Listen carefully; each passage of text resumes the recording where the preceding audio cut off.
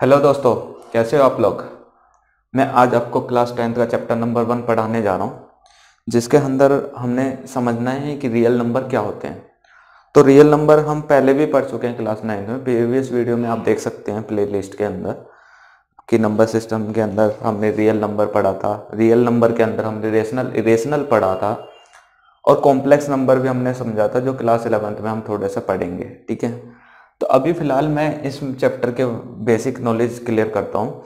तो हमें इसमें फर्स्ट एक्सरसाइज में जो हमारा है वो एलसीएम एचसीएफ के बारे में हमने समझना है। तो थोड़ा सा एलसीएम एचसीएफ के बारे में समझना है, तो उससे पहले हमें थोड़ा सा प्राइम नंबर्स के बारे में जानना होगा। तो प्राइम नंबर्स क्या होते हैं, सबसे पहले हम यही समझते हैं।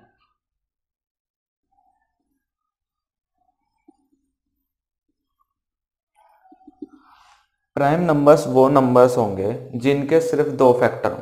कितने फैक्टर होने चाहिए? सिर्फ दो, ओनली टू फैक्टर होने चाहिए। और वो दो फैक्टर भी कौन से होने चाहिए उसके अंदर? एक तो वो खुद होना चाहिए और एक 1 होना चाहिए। जैसे अगर हम नंबर गिनते हैं 1 to 10 ही ले लो आप, तो 1 2 3 4 5 6 7 8 9 10। इन नंबर्स के अंदर हमारे ऐसे कौन से वो नंबर्स हैं जिनके सिर्फ दो फैक्टर आ रहे हैं? दो फैक्टर। अब फैक्टर का मतलब आपने समझना होगा, फैक्टर क्या होता है। गुणनखंड कहते हैं इसे। और जो प्राइम नंबर है उसे अभाज्य संख्या कहते हैं। अभाज्य संख्या के बारे में बात करनी है, जो किसी से विभाजित ना हो। अभाज्य संख्या यानी वो किसी से कटे ना। ठीक है, यानी उसका ऐसा नंबर जब हम करते हैं फैक्टर, ऐसा नंबर होना चाहिए जिसे डिवाइड करने पर रिमाइंडर 0 आ जाए। तो वो नंबर्स होते हैं हमारे उसके फैक्टर। ठीक है, तो अब जैसे 1 के फैक्टर करेंगे तो 1 1 का ही है। 2 के फैक्टर करें तो 2 1। 3 के फैक्टर करेंगे तो 1 3। ठीक है, 4 के करेंगे 2 2 4 1। ठीक है, इस टाइप से नंबर ऑफ फैक्टर आप निकाल लोगे, क्योंकि ये 2 से भी कटता है, 2 से भी कटता है, 4 से भी कटता है 4, और 1 से भी कटेगा। 5 की बात करें तो 1 5। ठीक है, 6 की बात करें तो 1 2 3। ठीक है, क्लियर है? 1 2 3 और 6। ठीक, इनसे जो है ये वैल्यूज कटेगी, उसके बाद ये नंबर सर कटेंगे। आई बात समझ में? तो नंबर ऑफ फैक्टर्स हमने देखा, जैसे 2 के यहाँ पे दो फैक्टर थे 2 और 1, यानी ये इटसेल्फ था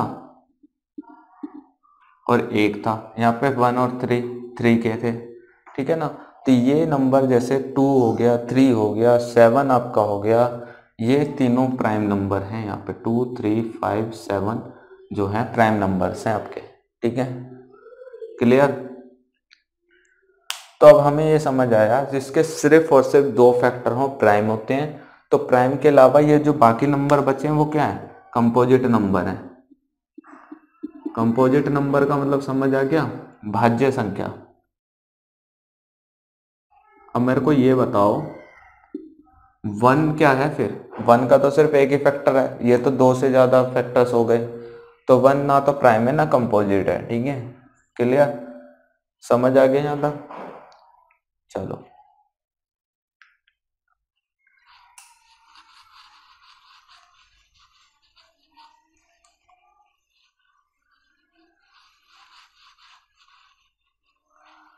अब समझते हैं हम प्राइम फैक्टराइजेशन क्या होता है। प्राइम फैक्टराइजेशन, अभाज्य गुणनखंड।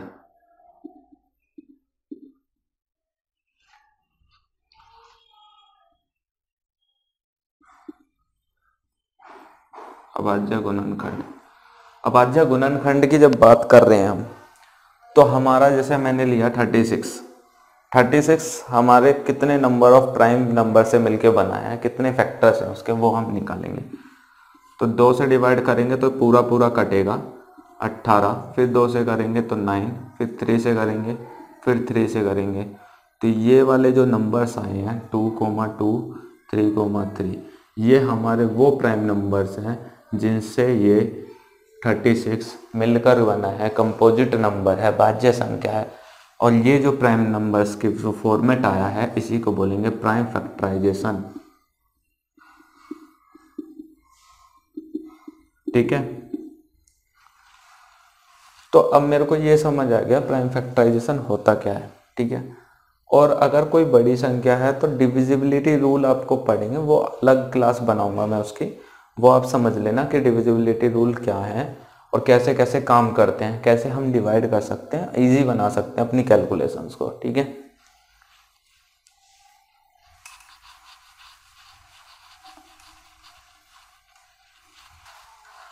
तो अब हम चलते हैं एलसीएम पर,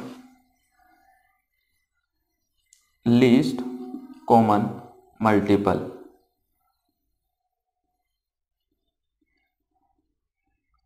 लीस्ट कॉमन मल्टीपल मतलब समझ आ रहा है?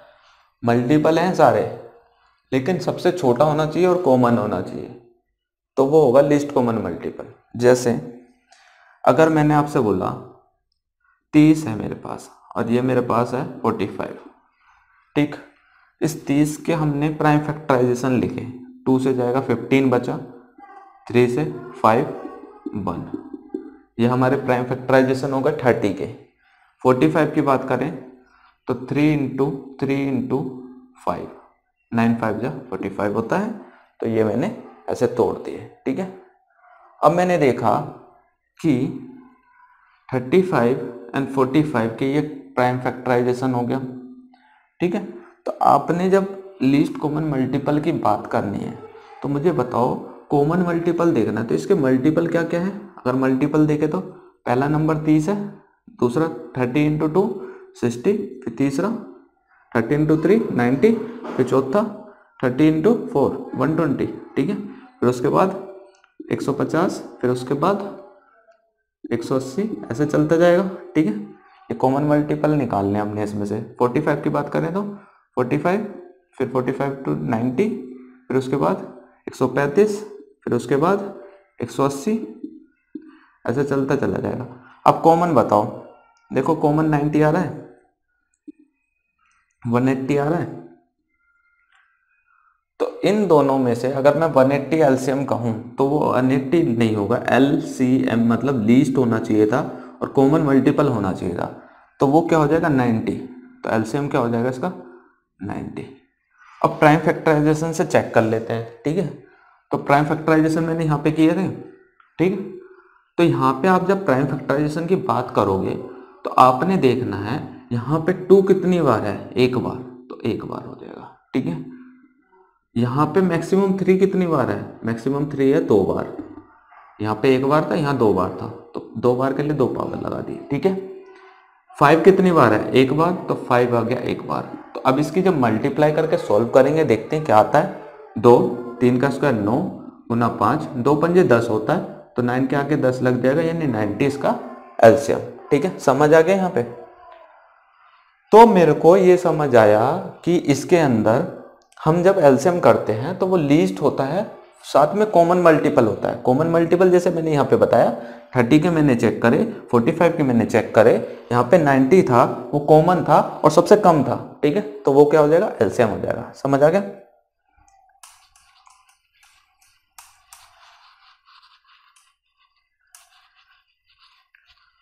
अब आपके पास लिस्ट कॉमन मल्टीपल आपको समझ आ गया। प्राइम फैक्टराइजेशन मेथड आपको बता देते हैं, जैसे करते हैं हम क्लास वाइज में। आपको ये तो समझ आएगा प्राइम फैक्टराइजेशन मेथड है। ठीक है, तो मैं यहाँ पे ले लेता हूँ 20 30 15, इनका मुझे प्राइम फैक्टराइजेशन करना है, तो एक इकट्ठे ले लेंगे हम। ठीक है, प्राइम फैक्टराइजेशन करने के लिए मैंने 2 से इसको काटा, रिमाइंडर ध्यान रखना 0 आना चाहिए। फैक्टराइज का मतलब है वो जो रिमाइंडर है पूरा पूर्णतः विभाजित करे उसे, ये नंबर इसे पूर्णतः विभाजित करेगा तो ही करेंगे, वरना नहीं करेंगे। 10 15 15, फिर से 2 ले लो, 5 15 15। ठीक है, अब मुझे पता है 2 से अब ये कोई भी संख्या नहीं घटेगी, वो डिविजिबिलिटी रूल पढ़ाऊंगा तो उसमें समझ में आ जाएगा। 5 से काटेंगे 1 3 3, अब 3 से काटेंगे 1 1। ठीक है, ये आपका क्या हो गया, प्राइम फैक्टराइजेशन हो गया, जिसे हम एलसीएम लिख करके गुना करके लिख देंगे। ठीक है, कितना आ गया 20 या 60। ठीक है, समझ आया। तो अब मेरे पास प्राइम फैक्टराइजेशन मेथड मुझे समझ आ गया। ठीक है, डिवीजन मेथड मुझे समझ आ गया, इसे डिवीजन मेथड बोल देते हैं एक तरीके से, क्योंकि डिवाइड करते जा रहे हैं हम साथ के साथ। ठीक, समझ आया। और तीसरा मेथड होता है एज्यूमिंग मेथड, कि हम एज्यूम करके भी इसका लिख सकते हैं। तो एज्यूमिंग मेथड देखते हैं क्या है। हम एज्यूम करेंगे अपनी तरफ से कि भैया इसमें से कोई एक एलसीएम मान लो आप, तो सबसे बड़ी संख्या को एलसीएम मान लेते हैं, क्योंकि कॉमन जब देखा जाता है, मेरे पास अभी मैंने बताया था 45 या और जो हमारा क्या था 30 था, तो उसमें से उससे बड़ा ही एलसीएम आया था ना 90 जो आया था, तो उससे बड़ा ही आया था। तो आप कम से कम वो तो मानो जितना है, मतलब मल्टीप्लाई के लिए उतना तो वो लेगा ही अपना, तो 30 आप मान लो। ठीक है, बड़े से बड़ा नंबर जो होगा उन तीनों में से वो हम मान लेंगे, 3 हो 2 हो 4 हो कितने भी हो, अपने 30 माना। अब इस 30 के अंदर हमने देखना है 20 की कितनी वैल्यूज, कितने फैक्टर आ रहे हैं इसके अंदर। ठीक है, तो 20 के कितने फैक्टर आएंगे इसके अंदर, हमने ये देखा 0 0 यानी 10 पूरा पूरा फैक्टर आ रहा है, लेकिन 3 और 2 नहीं आ रहा, तो मतलब 30 तो था ही, इंटू 2 एक एक्स्ट्रा है। ठीक है, तो 2 एक एक्स्ट्रा है तो वो लिख लिया मैंने। ठीक है, 15 की बात करें तो 15 पूरा का पूरा आ रहा है, तो पूरा का पूरा आ रहा है तो छोड़ दो, 30 इंटू 2 60, इसका हमारा क्या हो जाएगा एलसीएम हो जाएगा। ये था एज्यूमिंग मेथड। क्लियर हुआ, तीनों मेथड क्लियर है। चलो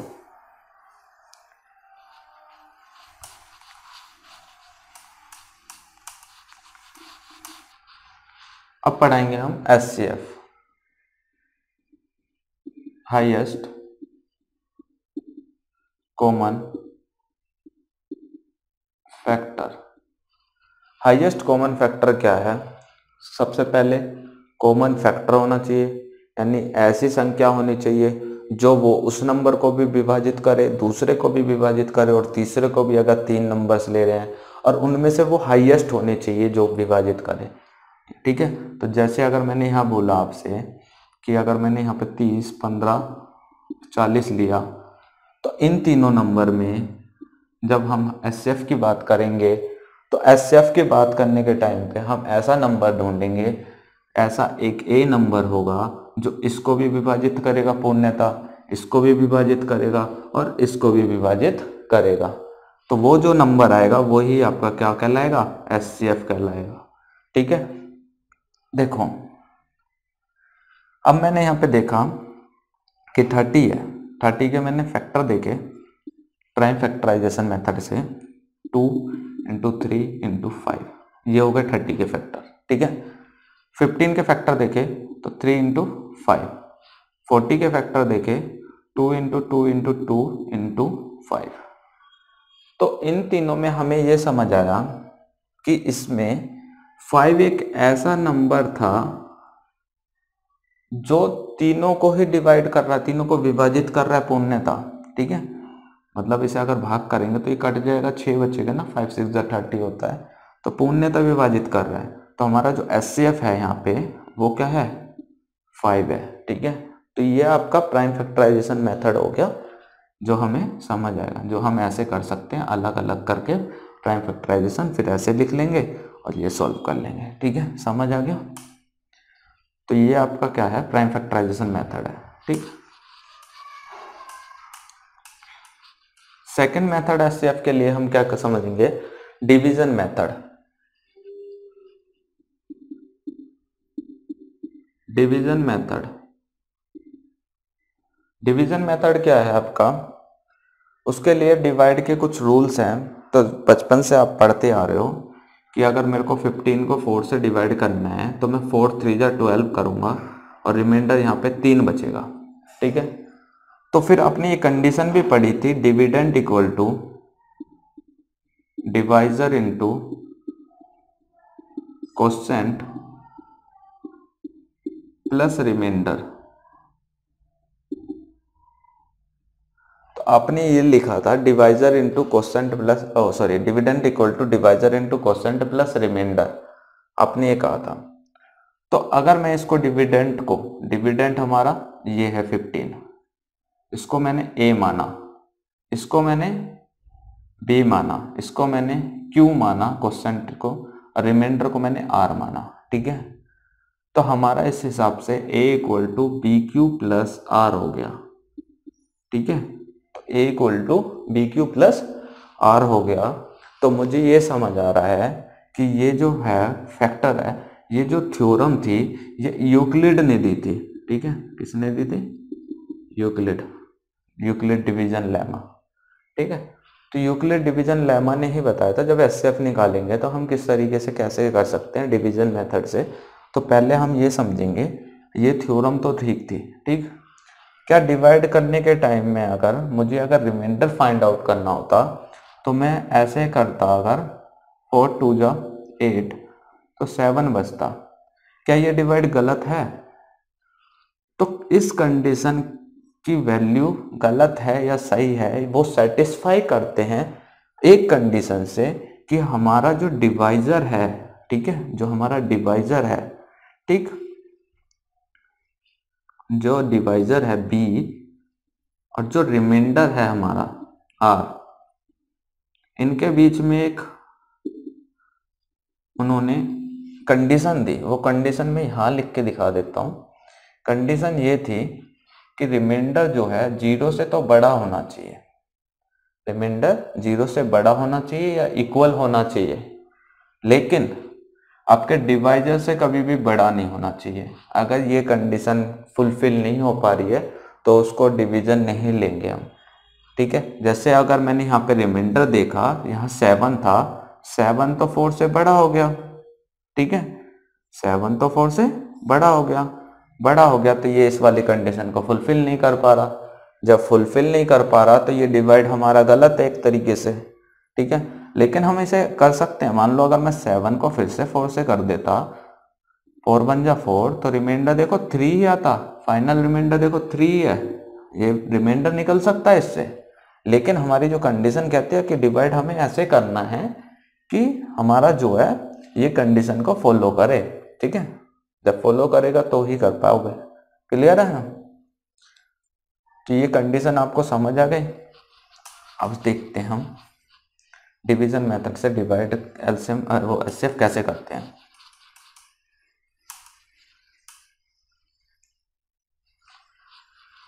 तो डिवीजन मेथड से एचसीएफ की बात करें तो हमने एग्जांपल अभी लिया था 20 30 15 का। तो आप कोई भी 2 नंबर उठा लो, पहले उनका एचसीएफ निकालो। तो छोटा नंबर बाहर रखेंगे, बड़ा नंबर अंदर रखेंगे, डिवाइड करेंगे। 20 एकम 20, बचा कितना? 10।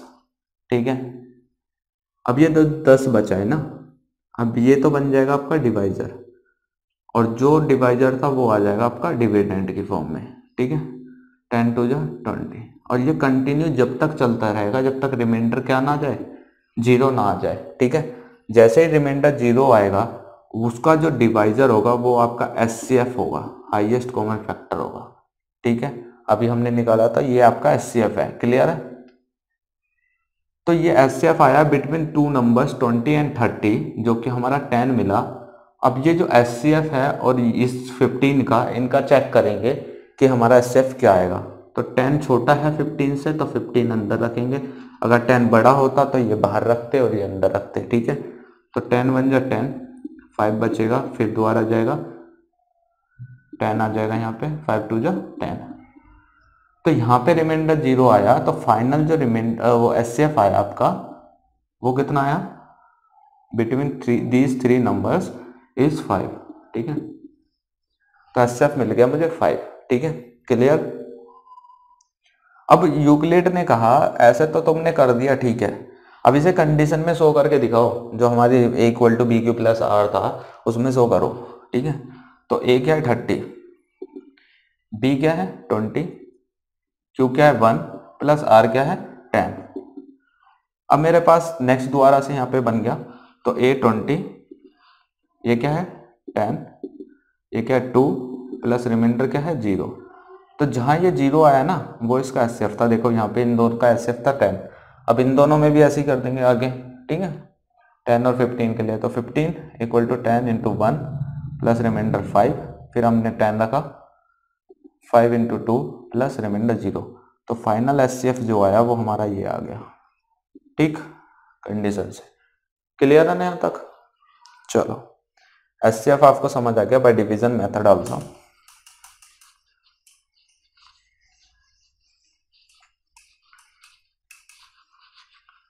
इसका थर्ड करेंगे हम डिफरेंस मेथड।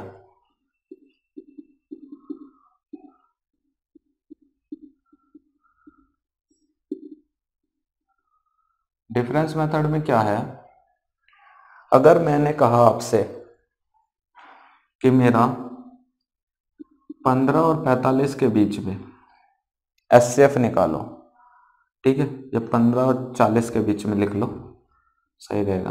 15 और 40 के बीच में एचसीएफ निकालो, ठीक है। तो आप क्या करोगे,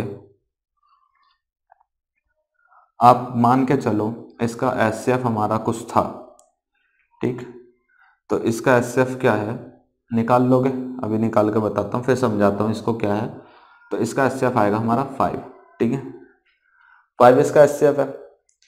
तो अब हमें ये समझ आना चाहिए इन दोनों का डिफरेंस कोई एक ए नंबर है, ठीक है। हमें नहीं पता क्या डिफरेंस है, वो नंबर के ऊपर डिपेंड करेगा। तो 5 जैसे अगर मैं देखूं तो 5 जो है आपका, इसका और इसका दोनों का रिलेशन होगा। कैसे रिलेशन होगा मैं वो समझा दूं आपको। इन दोनों का सेम प्राइम फैक्टर 5 आ रहा है जो हाईएस्ट है, यानी इससे ज़्यादा बड़ा कोई डिफरेंस हो नहीं सकता। मतलब जैसे अगर मैं कहूँ 15, तो 15 के जब इसकी बात करूँ 5 है ना, तो 5 की बात जब करेंगे हम तो 5 के मल्टीपल में ही तो बढ़ेगा कोई भी नंबर, ठीक है। मतलब डिफरेंस ज़्यादा तो नहीं हो सकता ना, क्लियर। इससे कम बिल्कुल भी नहीं हो सकता। अगर ये 5 है तो 5 से छोटा नंबर 4 नहीं हो सकता, उसके अंदर नंबर ही नहीं आएंगे, ठीक है। तो जैसे अगर मैंने बोला 5 है तो 5 के बाद क्या आएगा, 10 ही आएगा ना, सेकंड फैक्टर फिर 15 ही आएगा ना, फिर 15 के बाद 20 ही आएगा ना। तो इनका अंतर देखना जरा, 5 ही 5 चल रहे हैं ना।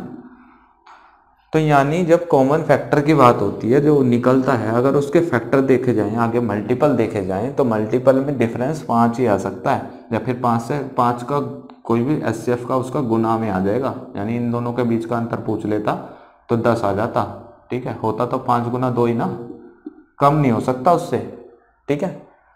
या तो बराबर होगा या उसका कुछ मल्टीपल होगा, ठीक है। तो अब आपको ये समझ आया कि अगर मुझे नंबर में से प्राइम फैक्टराइजेशन में कोई सा भी एचसीएफ निकालना है, तो मैंने यहाँ लिखा, ये एक क्वेश्चन लिख लिया। इस क्वेश्चन के अंदर हमने देखना है कि हमारा एचसीएफ होगा क्या।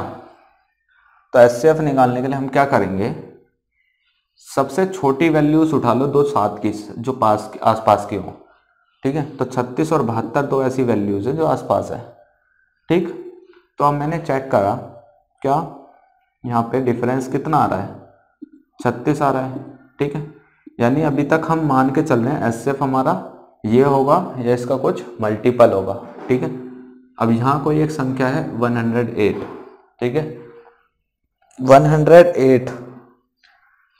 तो 108 की बात करें तो 108 कटता है इससे, कटता है, 3 टाइम्स कटता है ये, ठीक है। तो 3 टाइम्स कटता है, यानी ये इसके अंदर भी आ रहा है। तो एचसीएफ फाइनल एचसीएफ ये क्या हो गया, 36, ठीक है। फाइनल एचसीएफ क्या हो गया, 36 हो गया, ठीक है। अगर मान लो 36 ना होता तो 18 भी हो सकता था। मान लो 108 नहीं कटता, ठीक है, यहाँ 90 होता, ठीक।